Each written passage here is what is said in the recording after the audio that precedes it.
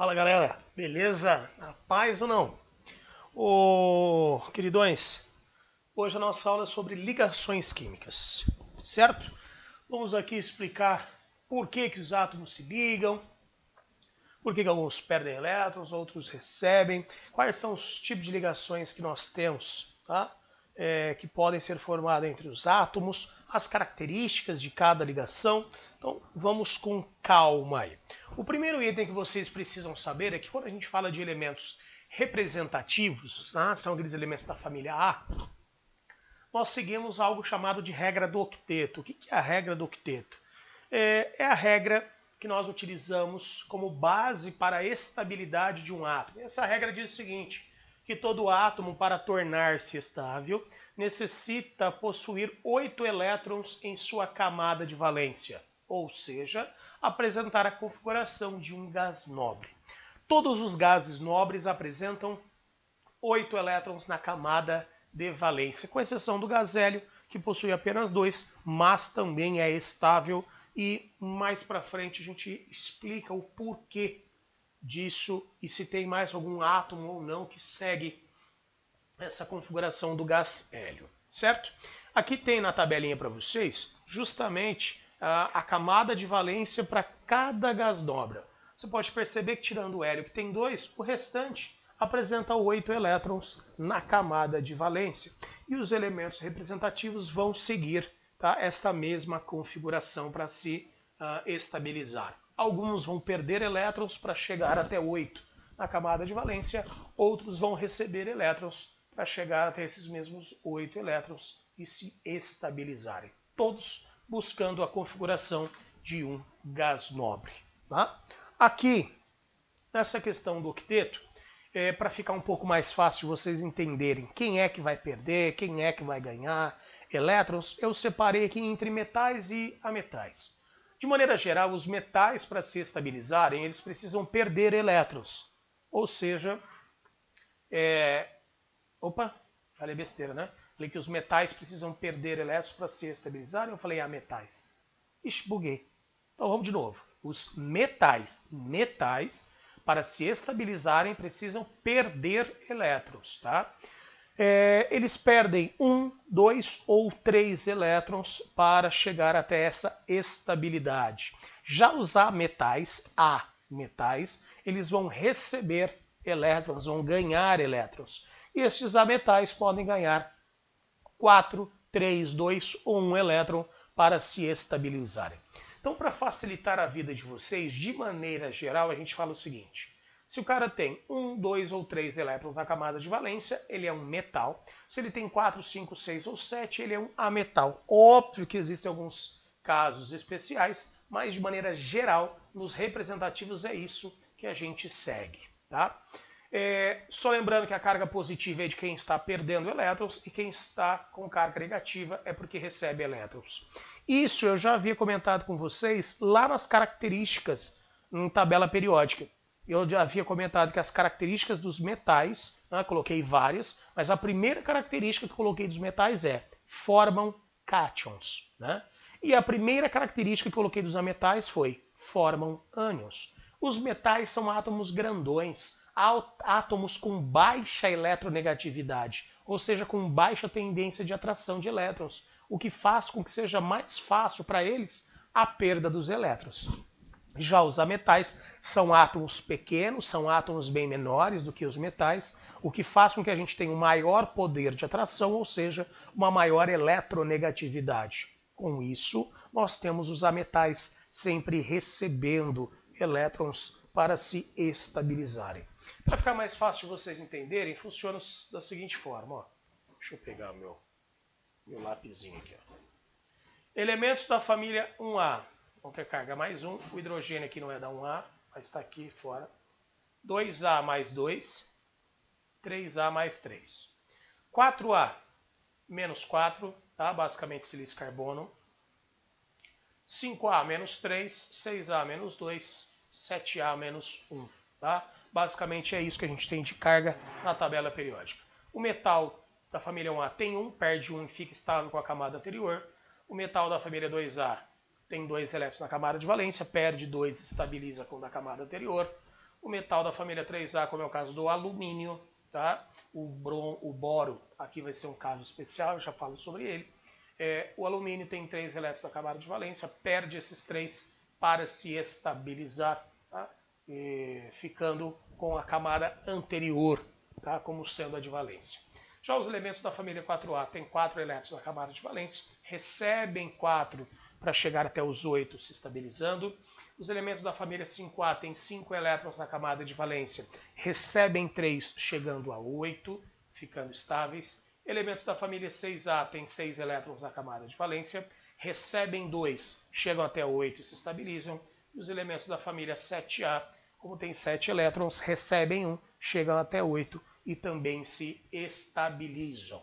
Beleza? De maneira geral, é isso que a gente tem com os elementos representativos aqui entre metais e ametais.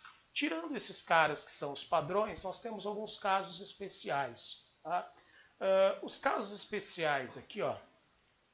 Primeiro vamos falar desses 3. Tá? O hélio. O hélio apresenta essa configuração eletrônica.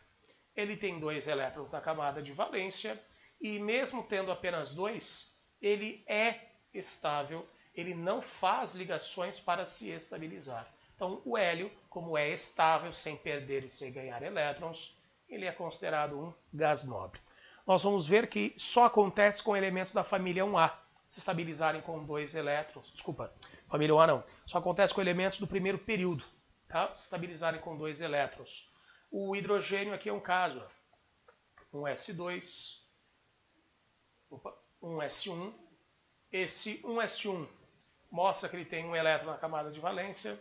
Ele não tem, tá? Ele não tem nenhuma família definida por conta das suas várias características. Para se estabilizar, esse hidrogênio ele vai ter que receber elétrons e ficar assim como o hélio.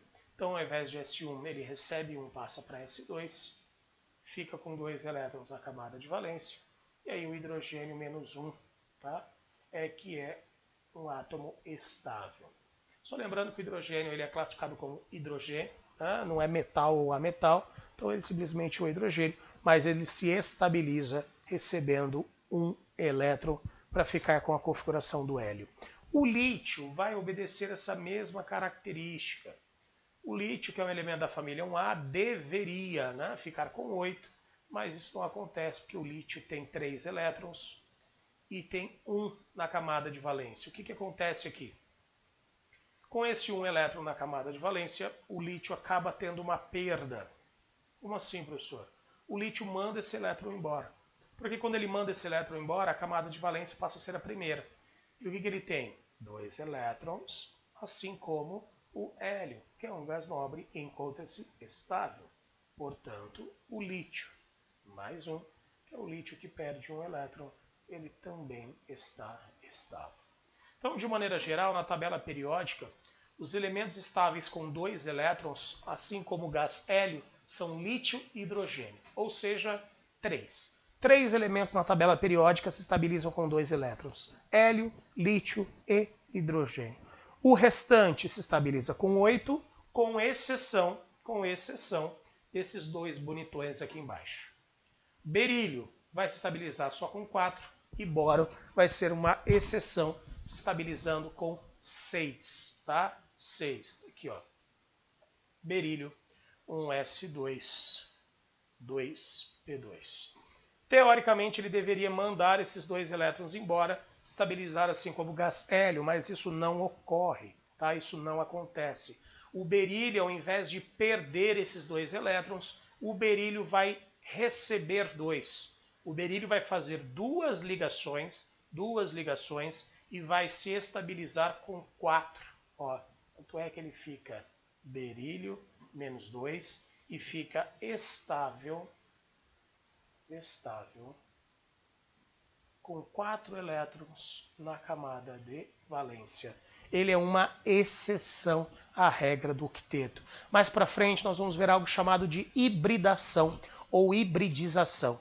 E nessa hibridação ou nessa hibridização nós vamos mostrar os orbitais do berílio e explicar o porquê que ele só consegue fazer essas duas ligações para se estabilizar com os 4 elétrons da camada de valência. O outro cara em questão aqui é o boro.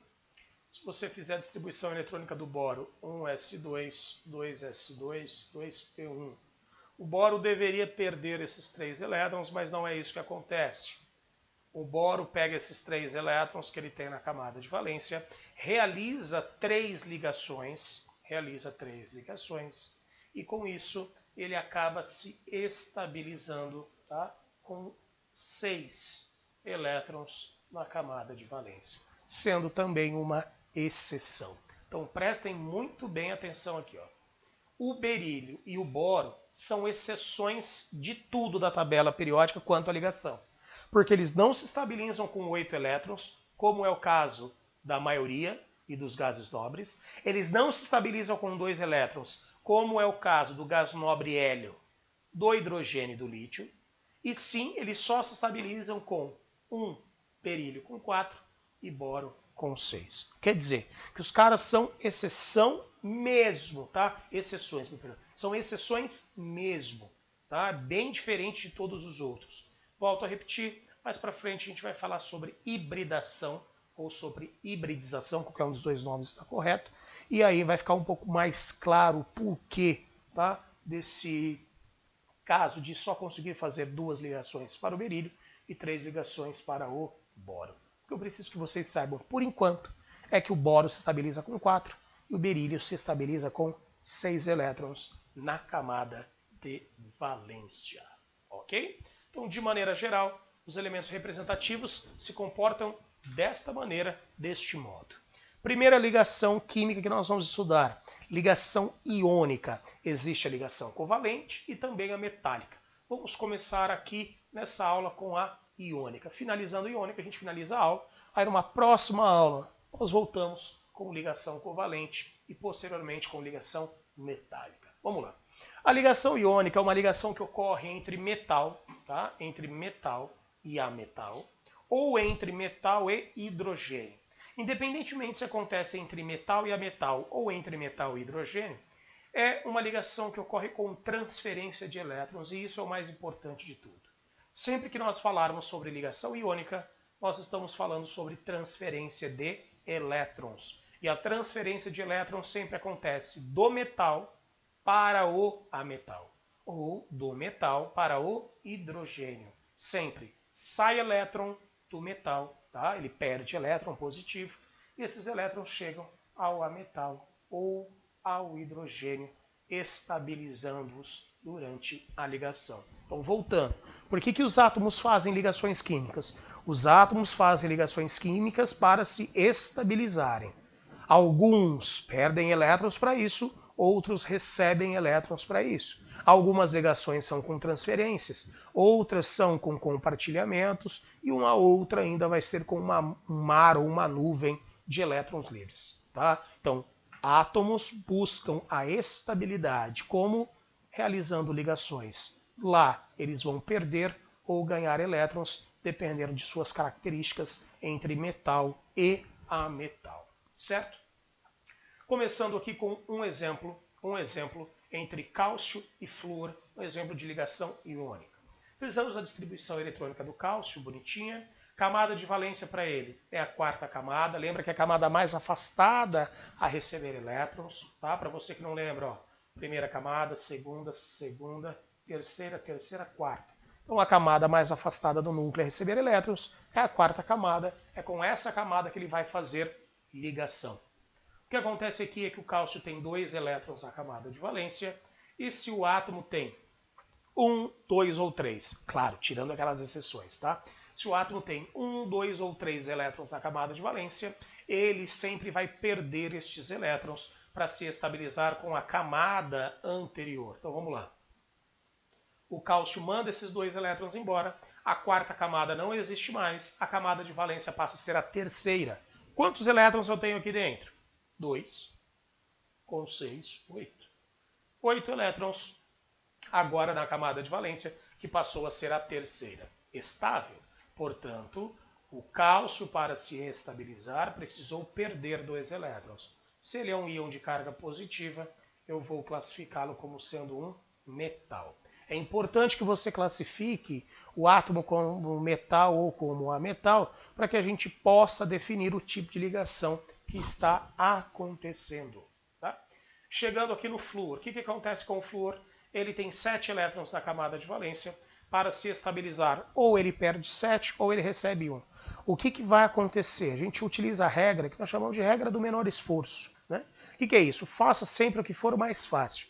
E o que é mais fácil é o que envolve menor quantidade de elétrons. Então, entre perder 7 e ganhar 1, o que é o mais fácil? Ganhar 1 elétron. Então é isso que o flúor vai fazer. O flúor vai ter que receber um elétron, que daí, ao invés de P5 ele passa para P6. Ao invés de 7 elétrons, ele passa para 8 elétrons da camada de valência. O que faz com que ele torne-se um átomo estável. Sendo assim, o flúor, para ser estável, vai ser o flúor menos 1. Se a carga dele é negativa, nós estamos falando de um ametal. Então preste atenção. Metal com ametal, qual que é o tipo de ligação que a gente tem acontecendo aqui? Ligação iônica. Então, eu já sei que a ligação é iônica. Próximo passo. Próximo passo é descobrir. Não, próximo passo é descobrir qual é a fórmula geral do composto e descobrir quantos elétrons serão transferidos aí entre os átomos. O que você faz? Primeira coisa, regra, tá? É regra. Primeiro o cátion, que é o positivo, depois o ânion, que é negativo. Você vai fazer a regra do escorregador ou a regra da inversão. O que é isso, professor? Você vai pegar o número que está aqui na carga do positivo, vai jogar debaixo do negativo. Você vai pegar o número que está aqui no negativo e jogar debaixo do positivo. Ponto. O que isso vai te dar? A fórmula do composto. Ué, professor, as cargas desapareceram? Sim. Por quê? Porque você tem um cálcio. Qual que é a carga do cálcio? Mais 2. Certo? Então, uma vez, que é um cálcio, mais 2, quanto que isso aqui dá? Mais 2. Você tem 2 átomos de flúor. Cada flúor vale menos 1. 2 vezes menos 1, quanto que vai dar? Menos 2. Mais 2 do cálcio com menos 2 do flúor. Quanto que dá isso aqui? 0. Sempre a carga total tem que ser igual a 0. Porque se a carga total for igual a 0, o número de elétrons perdidos é igual ao número de elétrons recebidos. Agora, se essa soma não for igual a 0, tem alguma coisa errada. Você está perdendo mais elétrons do que recebendo, ou você está recebendo mais elétrons do que perdendo. A conta não está fechando. Então tem algo errado com o número de átomos de cada elemento. Tá? Para evitar problemas, sempre que você fizer a regra da inversão, isso sai bonitinho, certinho, a quantidade de átomos de cada elemento que você vai ter que utilizar. Tá? Então, o nosso composto é o CaF2, é o fluoreto de cálcio.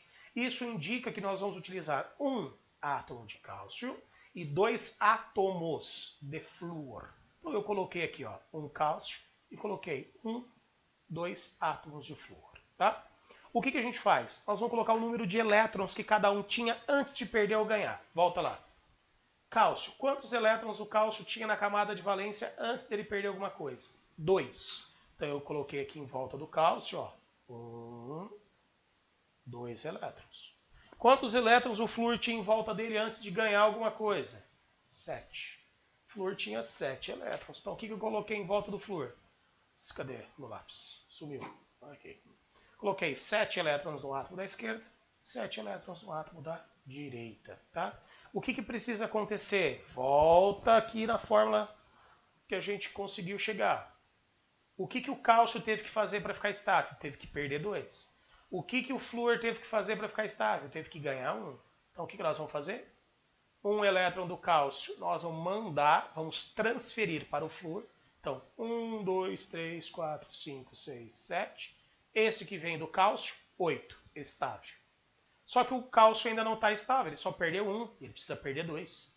E esse flúor ainda não ganhou dele, precisa ganhar. É o que acontece agora. Então o cálcio pega esse segundo elétron dele e manda para o flúor da direita. 1, 2, 3, 4, 5, 6, 7. E esse elétron que veio do cálcio, 8, estável. Então agora o flúor da direita também está estável. Flúor da esquerda, estável. Flúor da direita, estável. Cálcio que perdeu 2, estável. também. Então todos os átomos estão estáveis nesse momento, perderam e ganharam os seus elétrons, ok? Isso aqui, quando a gente mostra todos os átomos e todos os elétrons da camada de valência envolvido, nós chamamos de fórmula ou estrutura de Lewis, tá? Fórmula ou estrutura de Lewis. Nós mostramos os átomos envolvidos e os elétrons da camada de valência destes átomos. Existe uma outra maneira de representar isso, que é essa. Nós colocamos sempre primeiro o positivo, com a sua respectiva carga. Como eu só tenho um átomo de cálcio, eu nem coloco esse número 1 aqui na frente. Se eu tivesse 2 ou mais, aí sim, eu colocaria o número aqui. Além disso, nós colocamos ponto e colocamos os negativos, tá? Quantos átomos negativos nós temos? 1, 2. Então eu coloquei aqui 2. Como é que ficou o flúor? O flúor ficou com 8 elétrons em volta dele. Pode perceber que eu coloquei 1, 2, 3, 4, 5, 6, 7 elétrons vermelhinhos e um elétron laranja. Por que, professor, que você fez isso? Eu fiz isso para mostrar que esse elétron laranja, que agora eu transformei ele em verde, é o elétron justamente que veio do cálcio. É o elétron que o flúor acabou recebendo. Por isso que ele fica com uma carga -1, porque ele recebe um elétron. Tá? Se você fizer a soma das cargas, está tudo certo, isso vai dar 0. Mais 2 do cálcio, 2 vezes -1, menos 2. Menos 2 com mais 2, 0. A gente já sabia disso. Tá? Por que a gente já sabia disso? A gente já tinha feito a regra do escorregador, já tinha descoberto a fórmula do nosso composto, então a gente já sabia que isso ia ficar zerado bonitinho, tá bom? Ok? É assim que a gente trabalha com a ligação iônica. Transferência de elétrons entre metal e ametal, sempre na fórmula. O primeiro a ser mostrado aqui, ó, tá? É o cátion, é o positivo, que é o cara aqui é o metal. E o segundo, o outro a ser mostrado, é o ânion, é o negativo, é o proveniente do ametal. Para a gente finalizar essa ligação iônica aqui, vamos falar sobre as características desses compostos. Quais são as características dos compostos iônicos? Vamos lá. Apresentam alta temperatura de fusão e ebulição, tá? Alta temperatura de fusão e ebulição. São sólidos a 25 graus Celsius, ou seja, são sólidos à temperatura ambiente. São bons condutores de corrente elétrica. Cuidado aqui, cuidado. São bons condutores de corrente elétrica no estado aquoso. O que é isso, professor? Quando eu pego um composto iônico e jogo na água. Por exemplo, sal de cozinha. O sal de cozinha, tá? O sal de cozinha... Calma aí que eu perdi meu lápis, tem que achar. Aqui, aqui. O sal de cozinha é o NaCl. O sal de cozinha é um composto iônico. Tá? É um composto iônico formado pelo metal, que é o sódio, e ametal, que é o cloro. Quando você pega o sal de cozinha sólido, ele não consegue transmitir corrente elétrica. Agora, quando você pega o sal de cozinha e transforma ele em aquoso, o que é isso? Pega o sal de cozinha e joga ele na água. Pegou o sal de cozinha, jogou ele na água, você vai ter condução de corrente elétrica. Você vai permitir a passagem dessa corrente elétrica. Além disso, eu posso, ao invés de jogá-lo na água, ao invés de formar uma solução aquosa, eu posso fundir este cloreto de sódio. O que é isso, professor? Derreter. Eu aqueço o cloreto de sódio até derreter. Quando ele ficar líquido, fundido, aí sim ele vai ter carga positiva e negativa solta também e permite, tá? E permite a passagem de corrente elétrica. Não se esqueçam, compostos iônicos permitem a passagem de corrente elétrica no estado sólido, não aquoso. Sim. Líquido, sim. Então, novamente, compostos iônicos apenas se forem aquosos ou se forem líquidos. Sólido jamais permitem a passagem de corrente elétrica. Outra característica deles é a formação de retículos cristalinos. Professor, o que são retículos cristalinos? São cristais como o que está aí representado para vocês. Esse é um cristal do NaCl, do cloreto de sódio. Ele é um retículo cristalino cúbico. Existem retículos cristalinos cúbicos, hexaédricos, ortorrômbicos, monoclínicos. Existem diversos tipos de retículos cristalinos. Você tem que saber todos? De forma alguma. Só preciso que você saiba que existe. Tá? Existe retículo cristalino? Sim. Quem que forma retículo cristalino? Os compostos iônicos formam retículos cristalinos. Eles vão ter lá carga negativa, carga positiva e vão intercalando essas cargas. Elas ficam todas unidas, atraídas. Esse retículo cristalino, ele só vai existir com o composto iônico no estado sólido. E é por isso que ele não permite a passagem de corrente elétrica no estado sólido. Porque as cargas positivas e negativas estão todas unidas, grudadas. Elas não ficam soltas. Quando eu jogo esse cara na água, ou quando eu derreto esse cara, esse retículo cristalino quebra.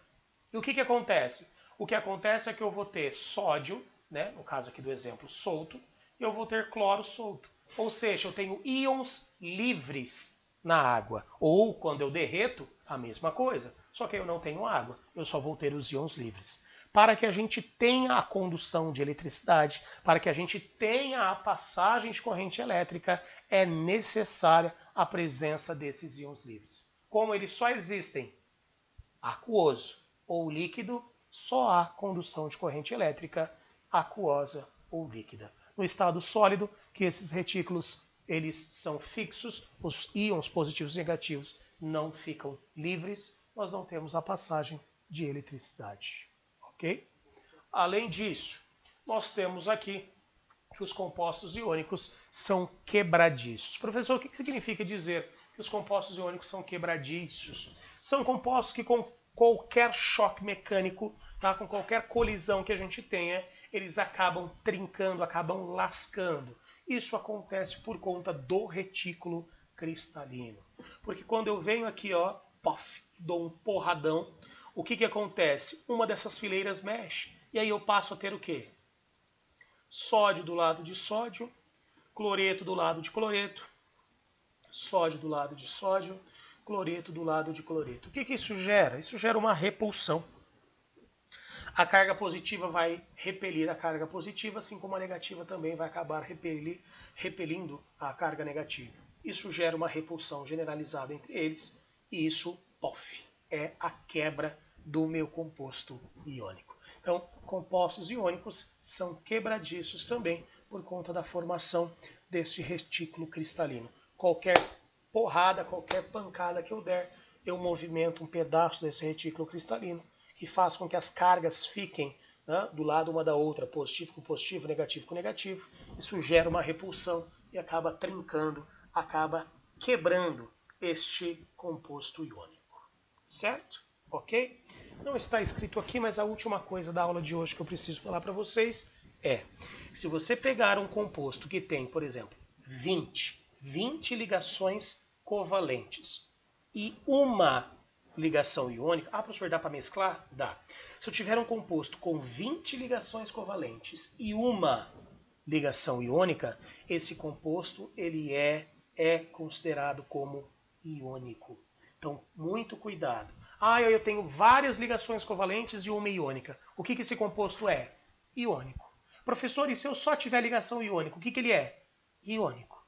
E se eu só tiver ligação covalente, o que ele vai ser? Composto covalente, composto molecular. É papo de outra aula. Tá? Então, compostos iônicos apresentam no mínimo uma ligação iônica. Pode ser só ela? Pode. Pode ter covalente? Pode. Mas se tem uma ligação iônica, é um composto iônico e tem todas essas características que eu citei para vocês aqui no final.